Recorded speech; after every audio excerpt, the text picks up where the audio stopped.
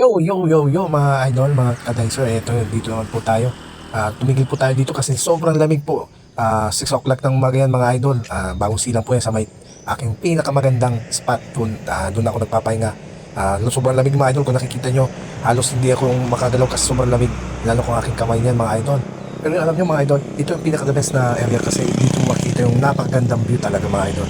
Kung makikita nyo, papakita ko sa inyo mga idol, napakaganda talaga kapag lalo pag mag-uumaga. Tingnan nyo mga idol yung lugar. Wow, para ganda di ba?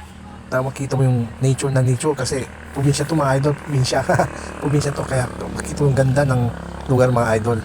Yung mga idol talagang lialamig na ako mga idol. Tingnan nyo naman tsura ko, di ba?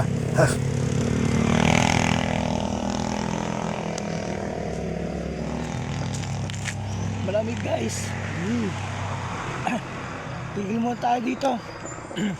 Nagtigil tayo. Malamig. Yun nga mga idol, habang nagpapahinga tayo at nagmamasdan natin yung kagandahan ng kapaligiran mga idol. Tingnan nyo naman mga idol, napakaganda ng kapaligiran talaga. Lalo pag mag-uumaga, napakalamig at napakaganda ng kapaligiran dito mga idol.